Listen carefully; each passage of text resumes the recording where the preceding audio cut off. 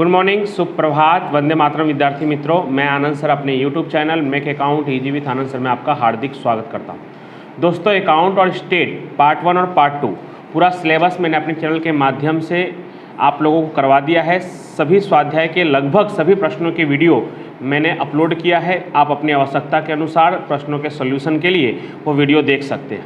आज से बोर्ड की परीक्षा को ध्यान में रखते हुए आप में से 2-4 स्टूडेंटों का कमेंट भी आया था कि सर कुछ रिवीजन करवाइए। उसको ध्यान में रखते हुए आज से हम रिवीजन डे 1 की स्टार्ट कर रहे हैं। तो हम स्टेट के रिवीजन से स्टार्ट कर रहे हैं। जैसा कि मैंने आपको पेपर फॉर्मेट और ब्लूप्रिंट वगैरह सब पहले से बताया हुआ है, तो पेपर फॉर्मेट के हिसाब से आपको मालूम है कि सभी विषय में सेक्शन ए ये काफ़ी महत्वपूर्ण है, क्योंकि सेक्शन ए 20 मार्क्स का है। आपको पूरी कोशिश करनी है कि 20 में से 20, 18, 17 इतना मार्क्स आप कम से कम ले आए। अगर सेक्शन ए में आप 20 में से 17, 18 और बी में 10 में से 8, 9 या 10 नंबर आप ले आते हैं तो लगभग आप पास तक तो ऐसे ही पहुंच सकते हैं। और ये काम किसको करना होगा? तो आपको ही करना होगा, याद करना होगा। याद करके हम ये काम कर सकते हैं। स्टेट में सेक्शन बी या सेक्शन ए में 2-4 हल करने वाले प्रश्न होते हैं, लेकिन बाकी सभी विषय में तो याद करना है, वो हम आसानी से कर सकते हैं। तो इसके लिए वो आप पूरा करिएगा। उसके बाद अगर स्टेट की बात करें तो स्टेट में सेक्शन ए और बी के बाद सबसे आसान सेक्शन अगर कहा जाए तो सेक्शन एफ है। सेक्शन एफ में 6 प्रश्न होते हैं और 6 में से कोई भी 4 आपके पसंद के कोई भी 4 प्रश्न आपको करने होते हैं। 5-5 मार्क्स का होता है, 20 मार्क्स का। लेकिन उसकी ख़राब बात यह है कि अगर वो थोड़ा भी गलत हुआ, कहीं पे भी आंकड़े चेंज हुए, आपसे गलती हुई, तो फिर आपको 5 में से 0 या 1 या 2 मार्क्स से संतोष करना पड़ेगा, छोटी सी गलती की वजह से। इसलिए आपको ध्यान रखकर पसंद करके कि भाई मुझे ये 4 एकदम अच्छी तरह से आ जाएगा, तब वो 4 सवाल आपको करना है। तो उसका फॉर्मेट मैंने यहाँ पे लिखा है। Standard 12th subject state part 1 revision section F, question number board question paper number 56 to 61, 56 से लेकर 61 तक होता है। 6 में से कोई 4 प्रश्न करना होता है। एक प्रश्न का 5 मार्क्स यानी 20 मार्क्स का सेक्शन होता है। वो 6 प्रश्न कौन कौन से पार्ट से होते हैं? तो पार्ट 1 सूचकांक में से 1 प्रश्न, पार्ट 2 सहसंबंध में से रैखिक सहसंबंध में से 2 प्रश्न, पार्ट 3 रैखिक नियत संबंध में से 1 प्रश्न और पार्ट 4 सामायिक श्रेणी में से 2 प्रश्न। ठीक है, उसमें से आज की इस वीडियो में मैं आपको पार्ट 2 का रिवीजन करवाऊंगा।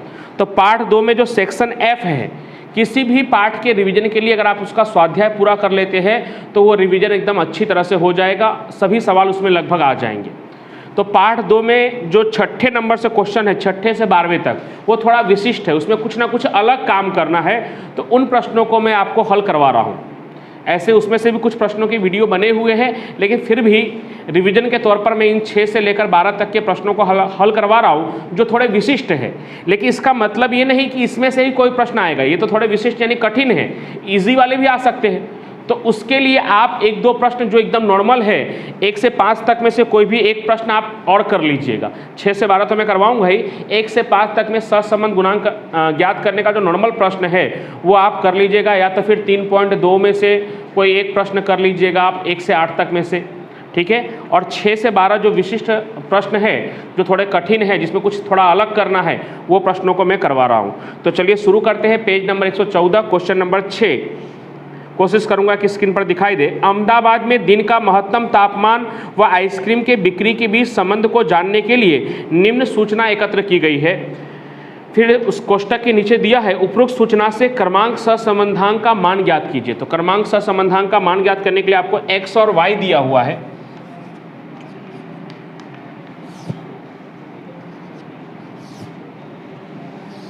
तो सबसे पहले x में 35, 42, 40, 39, 44, 40, 45, 40। y की अगर बात करें तो 600, 680, 750, 630, 920, 750, 900 और 720 हो गया। चलिए अब हमें क्या करना है, इसे क्रम देना है। ये सहसंबंध की विधि नहीं है, क्रमांक सहसंबंध की विधि है। इन सबको जोड़ने का कोई काम नहीं है, बराबर। हमें क्या करना है, इनको क्रम देना है बारी बारी से। x को जो हम क्रम देंगे वो क्या कहलाएगा, rx, और y को जो हम क्रम देंगे वो क्या कहलाएगा, ry। क्रम हम कैसे देते थे, तो x वाले में जो सबसे बड़ी संख्या होगी उसको 1 नंबर rx में, फिर उससे छोटी होगी उसको 2, उससे छोटी उसको 3, और ऐसे करते करते जो सबसे छोटी होगी उसको सबसे लास्ट वाला नंबर हम देंगे। लेकिन वहाँ पे भी थोड़ा सा कठिन ये रहता है कि जब अवलोकन एक जैसे हो, अवलोकनों में जब टाई हो, बराबर बराबर हो, तब हमें कैसे करना है वो भी थोड़ा ध्यान रखना है। rx ry के बाद d बराबर rx माइनस ry, और लास्ट कॉलम होता है d स्क्वायर।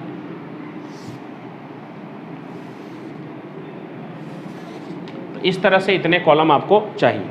चलिए तो हम क्रम देते हैं बारी बारी से। x में सबसे बड़ा क्या है, तो x में सबसे बड़ा है 45, उसको नंबर 1। उसके बाद नंबर 2 पे क्या आएगा, 44, उसको नंबर 2। नंबर 3 पे क्या आएगा, 40, लेकिन 40 कितनी बार है, 3 बार। ये रहा 40 40 40। कौन कौन से नंबर के लिए आ रहा है, अच्छा 40 से पहले चलिए देखिए यहाँ पे बच्चे लोग ध्यान दे रहे हैं। 45 का नंबर 1, 44 का नंबर 2 और 42 है, ओके, 42 का नंबर 3। उसके बाद 40 कौन कौन से नंबर के लिए, चौथे नंबर के लिए, 5वें नंबर के लिए और 6ठे नंबर के लिए। यहाँ पे टाई हो रहा है, 3 तक हो गया। 45 को नंबर 1, 44 को नंबर 2 और 42 का नंबर 3। 42 भी था 40 के ऊपर, तो 42 का नंबर 3। अब किसका नंबर आ रहा है, 40 का, लेकिन 40 कितनी बार है, 3 बार। कौन कौन से नंबर के लिए टाई हो रहा है, तो 3 तक तो हो चुका है, चौथे नंबर के लिए, 5वें नंबर के लिए और 6ठे नंबर के लिए। 4 5 और 6, ऐसे तो बोलने से ही आपको मालूम पड़ जाएगा। 4 5 6, बीच में क्या आ रहा है, 5। तीनों को कौन सा नंबर आएगा, 5वां। लेकिन फिर भी अगर आपको तरीके से करना है तो 4 + 5 + 6, तीनों को जोड़ देना है आपको, तो कितना होगा, 15। और 15 भागे कितने क्रम में टाई हो रहा है, 3 लोगों में, तो 15 भागे 3 कितना आएगा, 5। कौन कौन से रैंक के लिए टाई हो रहा था, चौथे के लिए, 5वें के लिए और 6ठे के लिए। तीनों रैंक को जोड़ना है और जितने लोग हैं उतने से भाग लगाना। 3 है तो 3 से भाग लगा देना, तो कितना आएगा, 5। यानी तीनों 40 को हम कौन सा नंबर देंगे, 5वां। इसको भी 5वां, ये वाले 40 को भी 5वां और ये वाले 40 को भी 5वां। अब जल्दीबाजी में ये गलती मत कर दीजिएगा कि अब किसी को 6ठा नंबर आएगा, नहीं, अब 7वां नंबर आएगा, क्योंकि 6 तक तो हो गया है। ऐसा हो तो गिन लीजिएगा, 1 2 3 4 5 6 हो गया है।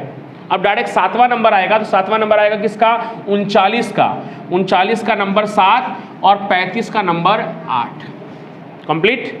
अब उसी तरह से y में, तो y में सबसे बड़ा क्या है, 920।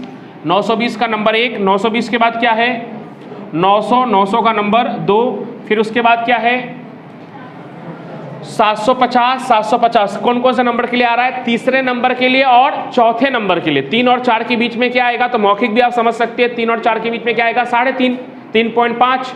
और नहीं तो फिर क्या करना है आपको, 3 + 4 भागे 2, तो 3 + 4 भागे 2 करेंगे तो कितना आएगा, 3.5, 3.5। दोनों जगह 750 को कौन सा नंबर देंगे, 3.5। अब 4 तक हो चुका है, 1 2 3 4 नंबर कंप्लीट हो गया। अब 5वां नंबर डायरेक्ट आएगा, किसका आएगा 5वां नंबर, 720 का 5वां नंबर आएगा। फिर 680 का 6ठा नंबर आएगा, फिर 630 का 7वां नंबर आएगा और 600 का 8वां नंबर आएगा। जो मेन इंपॉर्टेंट काम था वो हमने पूरा कर लिया। अब d बराबर rx माइनस ry, 8 में से 8 घटाएंगे 0, 3 में से 6 घटाएंगे -3, 5 में से 3.5 घटाएंगे तो 1.5, 7 में से 7 घटाएंगे 0, 2 में से 1 घटाएंगे 1, 5 में से 3.5 घटाएंगे तो 1.5, 1 में से 2 घटाएंगे तो -1 और 5 में से 5 घटाएंगे 0 और लास्ट में क्या होना चाहिए, 0। अगर आपने सही किया होगा तो इन सब का योग क्या होना चाहिए, 0। आपको एक बार चेक करना, चेक कर लीजिए, -1 से +1 कट जाएगा, +1.5 और +1.5 प्लस का 3 होगा और ये माइनस का 3, कितना हो जाएगा, 0। अब वर्ग, 0 का वर्ग 0, -3 का वर्ग 9, 1.5 का वर्ग 2.25, 0 1 2.25 और -1 का वर्ग 1 0, 2 1 3 1 4 2 6 और 9 15.5 या 15.50, आप जो भी बोल सकते हैं, 15.5 भी बोल सकते हैं, 15.50 भी कह सकते हैं, दोनों बात एक ही है। तो ये हो गया सिग्मा d स्क्वायर निकल गया 15.5। अब इस सवाल में हमें CF भी चाहिए होगा, क्यों, क्योंकि अवलोकनों का क्या हो रहा है, पुनरावर्तन हो रहा है। तो CF हम कैसे निकालेंगे वो देखिए। सबसे पहले पुनरावर्तित अवलोकन, पुनरावर्तित अवलोकन, तो पुनरावर्तित अवलोकन कौन था, तो x वाले में 40 था और y वाले में क्या था, तो y वाले में 750 था। अब पुनरावर्तित संख्या, वो जो अवलोकन है वो कितनी बार पुनरावर्तित हुआ है उसी को हम क्या कहेंगे, m। अवलोकनों के पुनरावर्तन होने की संख्या को हम क्या कहते हैं, m। तो 40 कितनी बार पुनरावर्तित हुआ था, 3 बार, और 750 कितनी बार पुनरावर्तित हुआ था, 2 बार। और फिर उसके बाद CF बराबर m का क्यूब माइनस m बटे में 12। तो पहले 3 के लिए निकालते हैं, तो 3 का क्यूब कितना होगा, 27। क्यूब का मतलब 3 गुणे 3 गुणे 3, 3 त्रिका 9, 9 त्रिका 27, माइनस m की जगह पे क्या है 3, और बटे में 12। 27 में से 3 घटाएंगे 24, 24 भागे 12 करेंगे तो कितना होगा 2। अब 2 के लिए 2 का क्यूब 8, m की जगह पे 2, 8 माइनस 2 भागे 12 यानी कि 6 भागे 12 0.5। इन दोनों को जोड़ देंगे तो कितना आएगा 2.5। तो CF कितना आया 2.5। अब सूत्र R बराबर 1 माइनस 6 कोष्टक में d स्क्वायर प्लस CF, कोष्टक रहेगा वो बात का खास ध्यान रखिए, n स्क्वायर माइनस 1। यहाँ पे भले कोष्टक नहीं करिए चलेगा, लेकिन वहाँ पे कोष्टक करना बहुत जरूरी है। 1 माइनस 6 d स्क्वायर, कोष्टक के अंदर d स्क्वायर 15.5, CF कितना है 2.5, बटे में n कितना है, तो n है आपका 8, n स्क्वायर 8 का वर्ग 64, n गिन लेंगे आप 1 2 3 4 5 6 7 8, 64, 64 माइनस 1, तो 1 माइनस 15.5 और 2.5 को जोड़ेंगे तो कितना होगा 18, 18 का गुना 6 से करेंगे तो 108, 64 में से 1 घटाएंगे 63, 63 का गुना 8 से करेंगे तो 504। तो 1 माइनस भाग लगाइए 0.30, 21 घटाएंगे तो 0.79। ये आपका R हो गया आंशिक धन सहसंबंध। अर्थघटन तो नहीं बोला है, लेकिन अगर आप बोलना होगा तो बोलेंगे x और y के बीच आंशिक धन सहसंबंध है। 7वां प्रश्न देखिए, विदेश में अध्ययन करने हेतु आवश्यक प्रवेश परीक्षा ऑनलाइन ली जाती है। उस ऑनलाइन परीक्षा जिसमें असत्य उत्तर पर ऋण गुणांक की पद्धति है के निष्कर्ष में चयन हुए 5 विद्यार्थियों की अपनी सूझबूझ, कौशल्य एवं अंग्रेजी बोलने की कला में प्राप्त अंक निम्नानुसार है। ठीक है, अब उस कोष्टक के नीचे क्या लिखा है, इस पर से विद्यार्थियों की अपनी सूझबूझ व अंग्रेजी बोलने की कला के बीच का क्रमांक सहसंबंधांक का मान ज्ञात कीजिए। तो x और y दिया हुआ है आपको क्वेश्चन नंबर 7 में। x में आप ध्यान से देखेंगे तो 5 बार 5 लिखा हुआ है।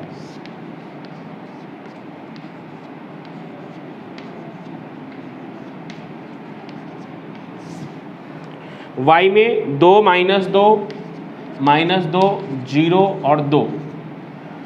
x को जो हम क्रम देंगे वो rx, y को जो हम क्रम देंगे वो ry, d बराबर rx माइनस ry और d स्क्वायर।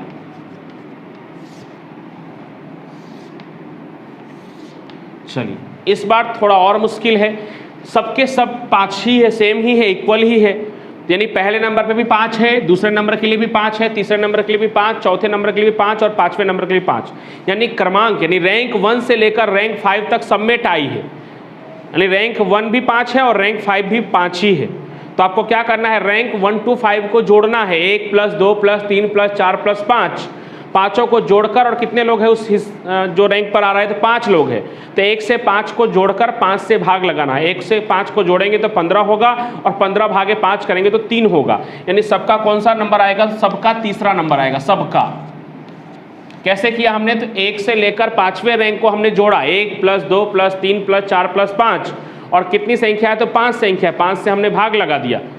यानी कितने लोगों के बीच लड़ाई है, रैंक की 5 लोगों के बीच, तो 5 से हमने भाग लगाया, सबका कौन सा रैंक आया, तीसरा रैंक आया। अब y वाले में, तो y वाले में सबसे बड़ा 2 है, लेकिन 2 बार है, प्लस का 2 कितनी बार है, 2 बार। कौन कौन से रैंक के लिए, पहले रैंक के लिए और दूसरे रैंक के लिए। तो रैंक 1 प्लस रैंक 2 यानी 1 प्लस 2, और कितने लोग उस लड़ाई में है, 2 लोग, तो 1 प्लस 2 भागे 2, तो कितना आएगा 1.5, 1.5। यानी पहला और दूसरा रैंक हो गया। फिर तीसरा रैंक किसको जाएगा, 0 को, क्योंकि 0 जो है वो -2 से बड़ा होता है दोस्तों, तो तीसरा रैंक 0 को जाएगा। और फिर चौथे और 5वें के लिए टाई है, चौथा और 5वां सेम है, तो 4 प्लस 5 भागे 2, या तो नॉर्मली भी आप समझ सकते हो कि 4 और 5 के बीच में क्या आएगा, 4.5, 4.5, 4.5। उसके बाद आप थोड़ा काम आसान हो गया, फिर तो नॉर्मली आपको पता ही है कैसे करना है। 3 में से 1.5 घटाएंगे तो 1.5, 3 में से 4.5 घटाएंगे तो -1.5, ये भी -1.5, 3 में से 3 घटाएंगे 0 और 3 में से 1.5 घटाएंगे तो 1.5। देख लीजिए, चेक कर लीजिए, बराबर ही है 0।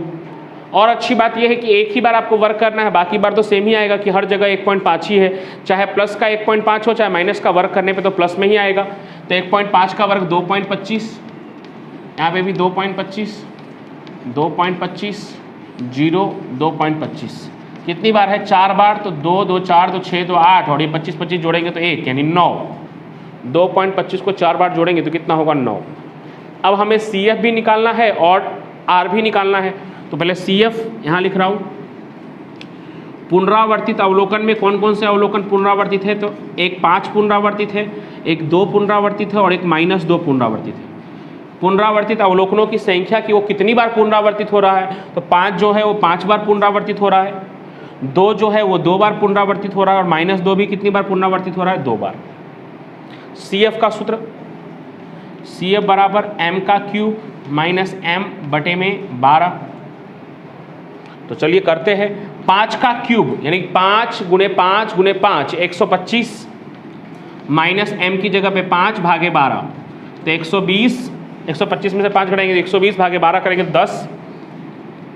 2 का अभी हमने किया था, 2 का क्यूब 8 माइनस 2 भागे 12 यानी 6 भागे 12 0.5 और ये वाले 2 का भी सेम ही होगा 0.5 यानी कुल मिलाकर CF कितना आ जाएगा? 11।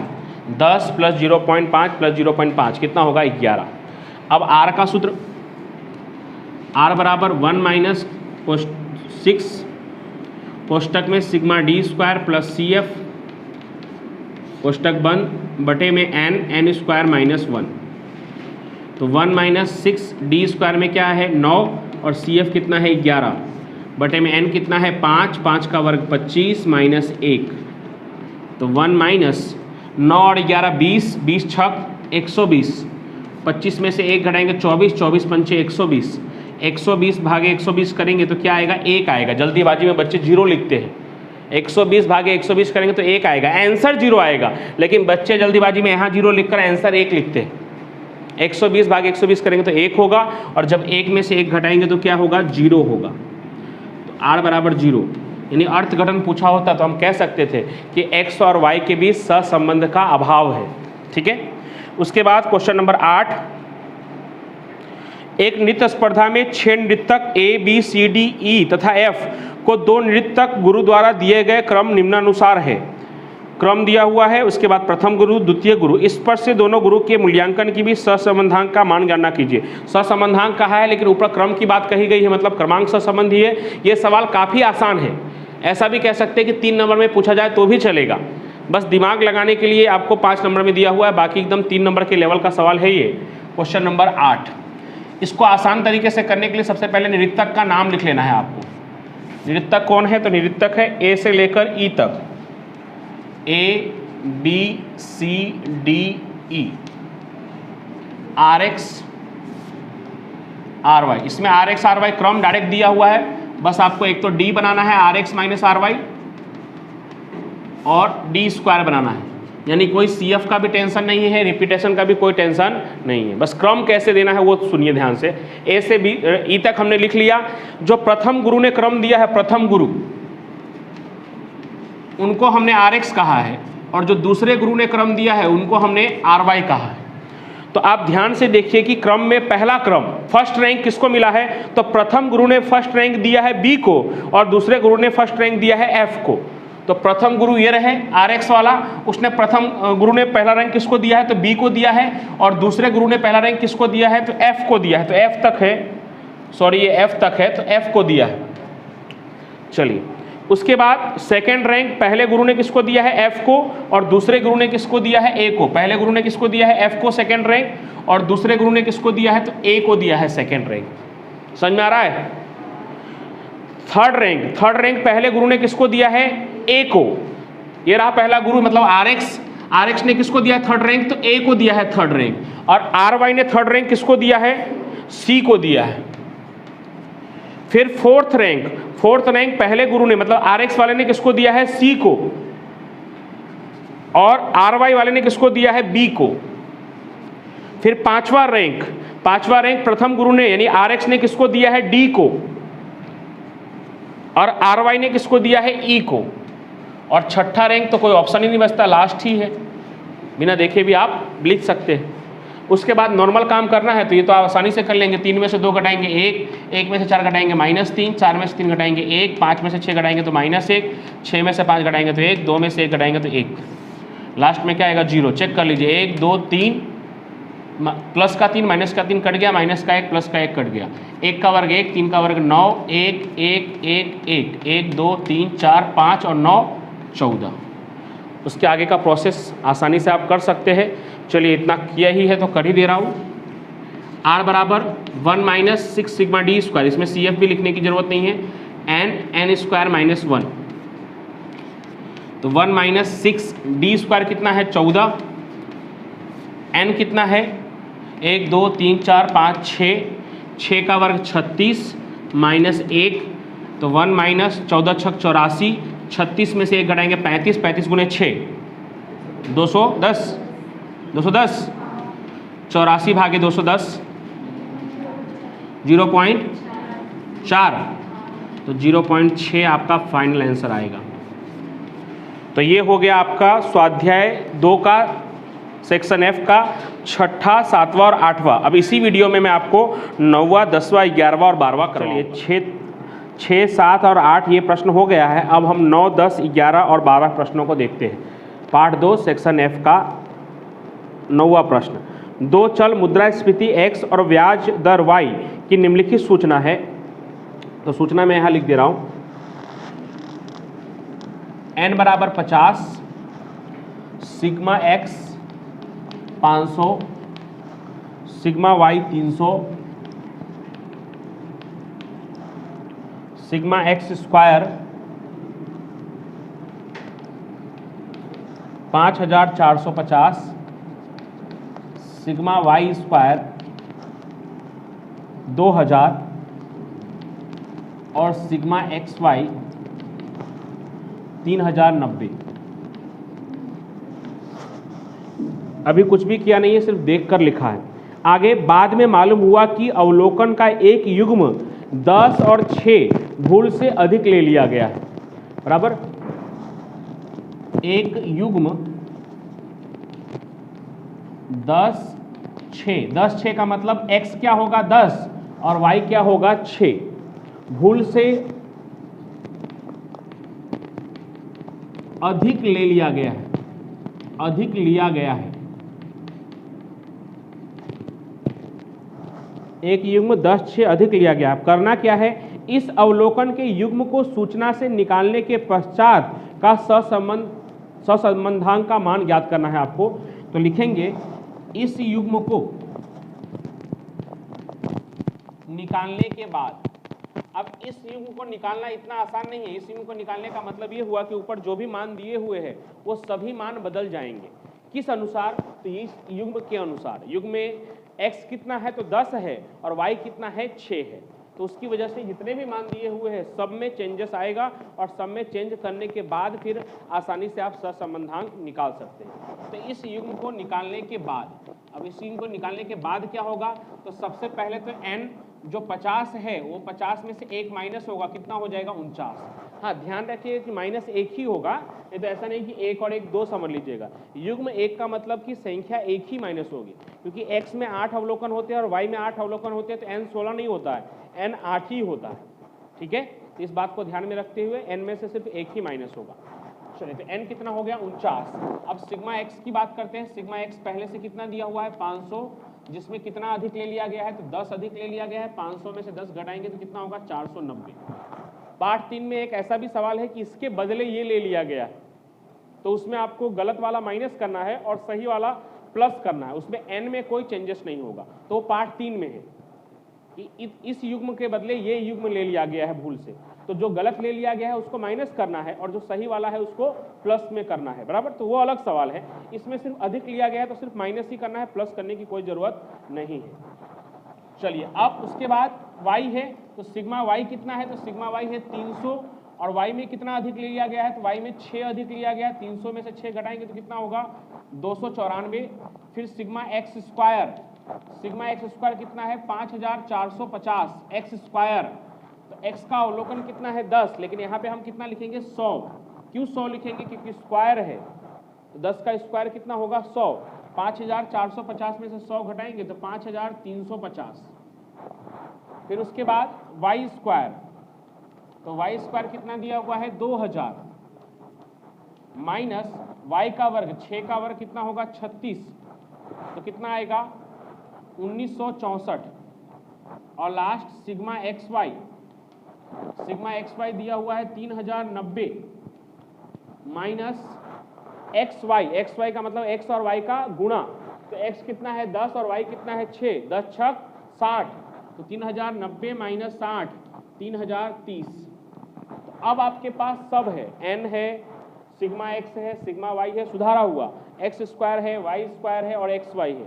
तो आप किस सूत्र का उपयोग करके, तो आर बराबर जो कार्ल पियर्सन का जो दूसरा वाला सूत्र है उसका उपयोग करके हम आर निकाल सकते हैं। N sigma x y minus sigma x into sigma y बटे में पहले अंडर रूट में n sigma x square minus sigma x का होल स्क्वायर, और दूसरे अंडर रूट में n sigma y square minus sigma y का होल स्क्वायर। तो उम्मीद करता हूं कि इस सूत्र में आप आसानी से ये मान रख सकते हैं और आर का कीमत निकाल सकते हैं। जो खास बात थी वो मैंने आपको करवा दिया, बता दिया, तो वो आप कर लीजिएगा। क्वेश्चन नंबर 10 पेढ़ी हेतु बिक्री एक्स व खर्च वाई विषयक निम्न सूचना प्राप्त होती है। अब सूचना में देखिए क्या क्या दिया हुआ है 10वें में, तो एक्स बार बराबर दिया हुआ है 58, वाई बार बराबर दिया हुआ है 14, एन ऊपर ही दिया हुआ था 10, वो भी लिख दे रहा हूं यहां पे, सिग्मा एक्स माइनस 65 का वर्ग 850, सिग्मा वाई माइनस 13 का वर्ग 32, sigma x minus 65 into y minus 13 0। तो आपको सहसंबंधांक का मान आर ज्ञात करना है। अब कैसे करना है, तो पहले तो हमें इस सूचना को देखकर पहचानना है कि ये जो माहिती दिए हुए हैं, आंकड़े दिए हुए हैं, किस सूत्र के आधार पर दिए हुए। कार्ल पियर्सन के जो 3 सूत्र है उन तीनों में से इस देखकर क्या लग रहा है कि कौन सा सूत्र होगा, तो देखकर ये तो पक्का लग रहा है कि ये दूसरी विधि का तो नहीं होगा। थोड़ा डाउट किस में जाता है, तो पहले विधि में और तीसरे विधि में। 50% बच्चों को लगता है कि फर्स्ट मेथड वाला है और 50% बच्चों को लगता है कि ये थर्ड मेथड वाला है, या 40% कर सकते हैं। 10% बच्चों को सेकंड भी लगता है, किसी को पता ही नहीं चलता कि कौन सा है, ऐसे भी कुछ होते हैं। तो ये अलग अलग है। तो उसके हिसाब से अगर फर्स्ट वाला मेथड आप समझेंगे तो फर्स्ट वाला मेथड ये नहीं है। क्यों? क्योंकि फर्स्ट वाले मेथड में होता है एक्स माइनस एक्स बार का वर्ग, तो एक्स माइनस एक्स बार, तो एक्स बार तो यहाँ 58 है, लेकिन यहाँ कितना लिखा हुआ है 65। वाई बार है 14, लेकिन वाई बार की जगह पे कितना लिखा हुआ है 13। और दूसरी खास बात कि एक्स माइनस एक्स बार और वाई माइनस वाई बार अगर 0 होगा तो पहले मेथड के हिसाब से आंसर तो 0 हो जाएगा, जो कि नहीं होने वाला है। एक 5 नंबर के सवाल में आंसर 0 हो जाए तुरंत सवाल को देखते ही, तो ऐसा पॉसिबल नहीं है ना।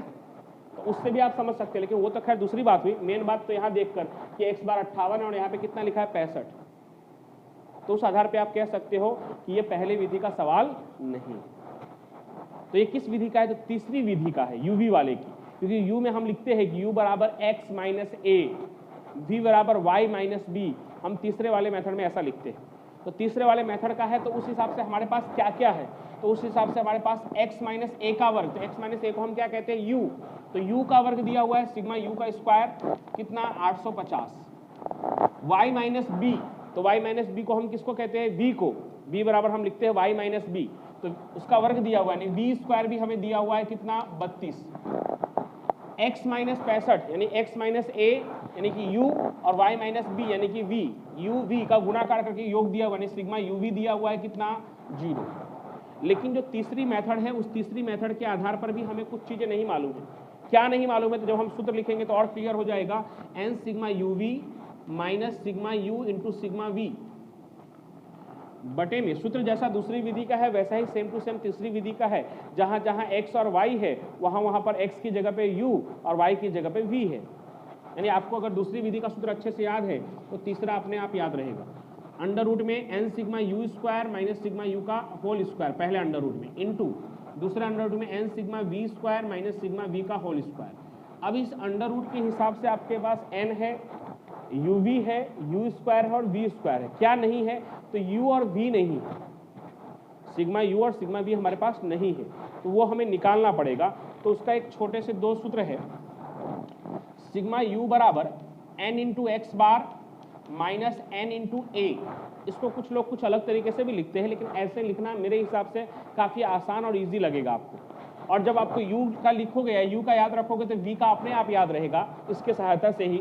यहाँ पे लिखा है n इंटू एक्स बार, तो यहाँ पे क्या होगा n इंटू वाई बार, क्योंकि v जो होता है वो y में से b घटाने के बाद मिलता है, माइनस यहाँ पे लिखा है n इंटू ए, तो यहाँ पे क्या होगा n इंटू बी।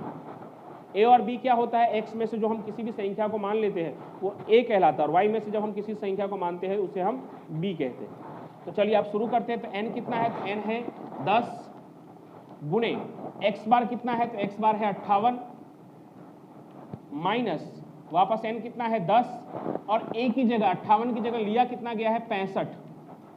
तो 58 गुणे 10 करेंगे तो 580 और 65 गुणे 10 करेंगे तो 650। 580 में से 650 घटाएंगे तो माइनस का 70 आएगा। सही है ना? सिग्मा यू हो गया ये। अब n इंटू वाई बार यानी कि 10 गुणे वाई बार कितना दिया हुआ है? 14 माइनस n इंटू यानी कि 10 गुणे b, 14 की जगह पर लिया कितना गया है? 13। 14 दहाम में 140 और 13 दहाम में 130, घटाएंगे तो कितना आएगा? 10। तो अब आपके पास सब है, sigma u, sigma v, u square, v square और यू वी और एन। तो अब आप आसानी से यूवी वाली विधि से मान रखकर आप ये याद कर सकते हैं।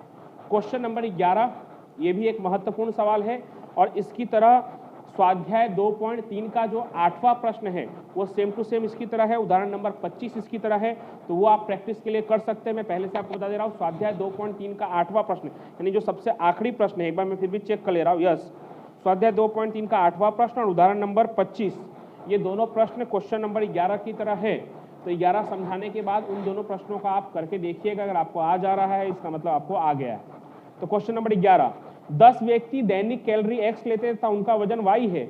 इस सूचना से क्रमांक सहसंबंधांक 0.6 मिलता है। क्रमांक सहसंबंधांक याद रखिएगा, r बोलते तो उसको भी r ही है, लेकिन कौन सी विधि से मिला है? क्रमांक सहसंबंधांक की विधि से मिला है। r 0.6 मिलता है। n कितना दिया हुआ है? n 10 दिया हुआ है।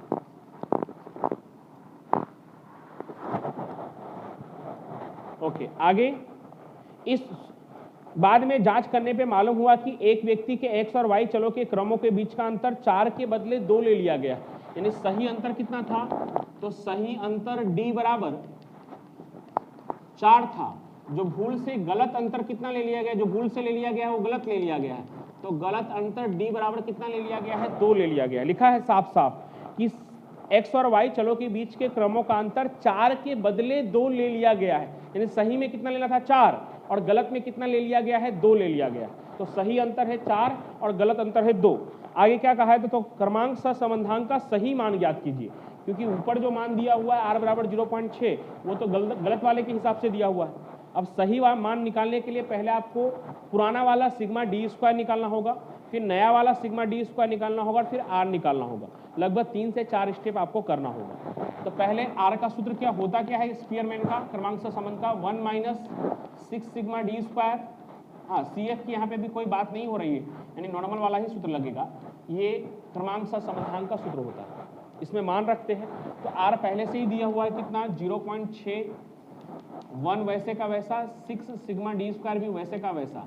n दिया हुआ है कितना? 10, 10 का वर्ग 100 माइनस 1, प्लस 1 इधर जाएगा तो क्या होगा? माइनस 1 बराबर माइनस 6 सिग्मा डी स्क्वायर बटे में 100 में से 1 घटाएंगे 99, 99 गुणे 10 करेंगे तो कितना होगा? 990। 0.6 में से 1 घटाएंगे तो माइनस 0.4, माइनस 0.4। 990 यहाँ पे भाग में है, तो यहाँ पे जाकर क्या होगा? गुणा में होगा। तो एक स्टेप बचाने के लिए यहाँ पे तुरंत गुणा में भी कर दे रहा हूँ। 990 बराबर में क्या बचा? आप सिर्फ minus 6 sigma d square, minus minus cut गया। 6 गुणा में है, 6 क्या होगा? भाग में, यानी कि 0.4 गुणे 990 भागे 6 बराबर डी स्क्वायर। तो गुणा भाग करिए, सिग्मा डी स्क्वायर मिल जाएगा आपको कितना 66। ये कौन सा डी स्क्वायर मिला? गलत वाला, पुराना वाला डी स्क्वायर मिला। अब इस पर से सुधारा हुआ डी स्क्वायर निकालेंगे हम। सुधारा सिग्मा डी स्क्वायर बराबर पुराना सिग्मा डी स्क्वायर माइनस गलत अंतर का वर्ग, गलत डी स्क्वायर प्लस सही डी स्क्वायर, यानी गलत अंतर का वर्ग प्लस सही अंतर का वर्ग, ऐसा हिंदी में भी आप लिख सकते हैं। तो पुराना डी स्क्वायर कितना है 66 माइनस गलत अंतर का वर्ग, इसलिए क्योंकि डी स्क्वायर की बात हो रही है, ये सिर्फ डी है, तो 2 का वर्ग क्या होगा 4 जो गलत ले लिया गया है, प्लस सही क्या था 4 और 4 का वर्ग कितना होगा 16, तो ये कितना होगा 78। सुधारा हुआ डी स्क्वायर कितना होगा 78। अभी भी थोड़ा सा काम बाकी है, अभी कौन सा काम बाकी है? तो सुधारा हुआ डी स्क्वायर निकल गया है, तो अब हमें आर निकालना है। तो आर बराबर 1 माइनस 6 सिग्मा डी स्क्वायर बटे में एन स्क्वायर माइनस 1, तो 1 माइनस 6 सिग्मा डी स्क्वायर, सुधारा हुआ डी स्क्वायर कितना निकला 78। एन में कोई बदलाव नहीं होगा क्योंकि एक सही था एक गलत था, तो एन 10 का 10 ही रहेगा, तो 10 का वर्ग 100 माइनस 1 यानी 1 माइनस 78 गुणे 6 468 और बटे में 990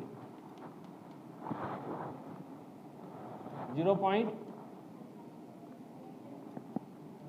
कितना 47, तो 0.53। एक आखिरी सवाल, खैर वो तो काफी आसान सवाल है, 5 नंबर के लेवल का भी नहीं है, 5 नंबर में पूछेंगे भी नहीं जल्दी, फिर भी देख लेते हैं। 10 व्यक्तियों के लिए स्वास्थ्य अंक x और अपेक्षित आयु y की विषयक सूचना प्राप्त की गई है, यानी n कितना दिया हुआ है 10। आगे लिखा हुआ है क्रमांक सह संबंध ज्ञात करने हेतु इस सूचना को क्रम दिया गया है एवं सभी क्रम के अंतर के वर्गों का योग 42.5, सभी क्रम के अंतर के वर्गों का योग यानी सिग्मा डी स्क्वायर भी दिया हुआ है 42.5 और वो भी सही सही।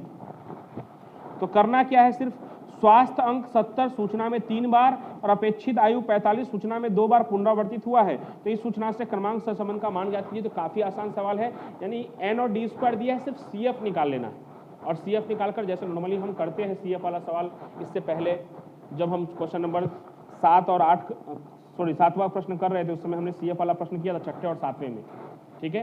तो सी एफ कैसे निकालते हैं वो आपको पता ही है, फिर भी एक बार हम कर लेते हैं। तो पुनरावर्तित अवलोकन में क्या क्या है, तो एक 70 है जो कितनी बार पुनरावर्तित हुआ है 3 बार, और एक 45 है जो कितनी बार पुनरावर्तित हुआ है 2 बार। सी एफ का सूत्र क्या होता है, तो m का क्यूब माइनस m बटे में 12, तो उस हिसाब से 3 का क्यूब 27, 27 माइनस 3 बटे में 12 यानी 24 भागे 12 कितना होगा 2, और 2 के लिए आपको पता ही है 2 का क्यूब 8 माइनस 2 भागे 12 0.5। तो इस तरह से सी एफ कितना हो जाएगा 2.5। और फिर नॉर्मल सूत्र r बराबर 1 माइनस 6 कोष्टक में sigma d square plus c f बटे में n कोष्टक में n स्क्वायर माइनस 1, वो करके आप इसका आंसर प्राप्त कर सकते हैं। तो ये आज के इस वीडियो में मैंने आपको चैप्टर नंबर 2 का रिवीजन करवा दिया। अब आपको क्या क्या करना है, तो वो एक मैंने आपको 2.3 का 8वां प्रश्न तो कहा ही है, उससे पहले वीडियो शुरू करने से पहले यानी सवाल नंबर 6 शुरू करने से पहले मैंने कहा था कि एक नॉर्मल प्रश्न सेक्शन एफ का 1 से 5 तक में से कोई एक प्रश्न कर सकते हैं या 2.2 में से कोई भी एक प्रश्न आप कर सकते हैं। सिर्फ ये याद करने के लिए कि आपको अच्छी तरह से कार्ल पियर्सन का मेथड आता है कि नहीं, वो करने के लिए आप 1-1, 2-2 प्रश्न हल कर सकते हैं। ये मैंने कौन से प्रश्न करवाए आपको 6 से 12 जो थोड़े विशिष्ट थे, जिसमें कुछ अलग काम करना था, थोड़ा कठिन था, ऐसे प्रश्नों को मैंने हल करवा दिया। अब अगले वीडियो में हम पार्ट 3 रैखिक नियत संबंध का रिवीजन करेंगे। तब तक के लिए थैंक यू सो मच।